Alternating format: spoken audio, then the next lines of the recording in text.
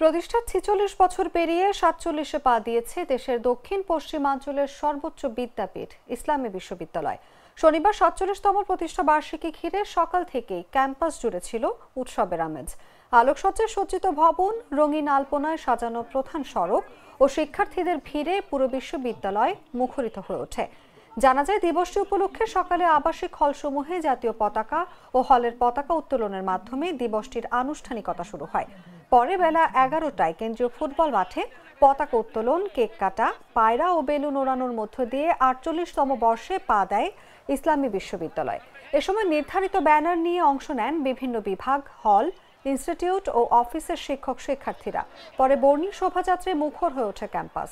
কয়েক হাজার শিক্ষার্থীর অংশগ্রহণে শোভাযাত্রাটি বিভিন্ন সড়ক ঘুরে প্রতিষ্ঠাতা শহীদ রাষ্ট্রপতি জিয়াউর রহমানের স্থাপিত ভিত্তিপ্রস্তর চত্বরে গিয়ে শেষ হয়।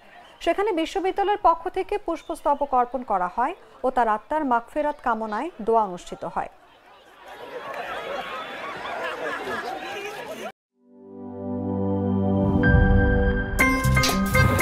আমার একটা স্মার্ট সিদ্ধান্তে 25% গ্যাসের খরচ কমেছে। ভাবছেন কিভাবে?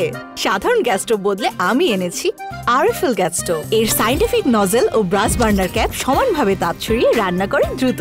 তাই গ্যাসও বাঁচায় 25%, টাকাও বাঁচে 25%। আরএফএল গ্যাস স্টোভ নিরাপদ ও গ্যাস সাশ্রয়ী।